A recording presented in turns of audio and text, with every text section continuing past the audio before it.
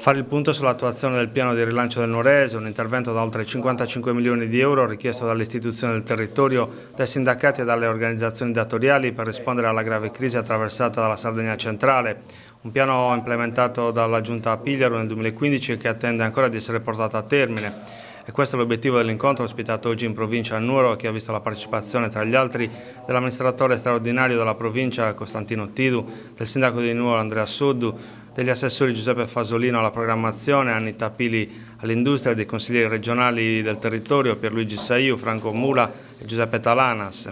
Giuseppe Fasolino, assessore al bilancio e alla programmazione della Regione, oggi una prima presa di contatto sul piano di rilancio del Nuorese, per vedere a che punto è, cosa si può fare. Sì, è fondamentale venire nel territorio, cercare di capire com'è la situazione, quali sono le criticità che vengono sollevate dal territorio per poi risolverle immediatamente. Allora, finalmente dopo tanti anni oggi si riprende un discorso che si era un po' arenato, un progetto importante di 55 milioni di euro dove ci sono alcuni territori che hanno già iniziato, diciamo, a spendere queste risorse importanti e alcuni territori sono fermi al palo, ecco perché la riunione di oggi per cercare di capire criticità e vedere un attimino come la politica può intervenire.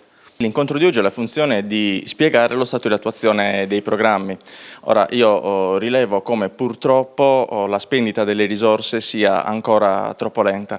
Sono 5 anni almeno che parliamo di piano di rilancio del Nuorese e i soldi spesi sono ancora troppo pochi. Ecco, io spero che questo incontro, che l'incontro di oggi serva a velocizzare la spendita di risorse che sono essenziali per un territorio come il nostro.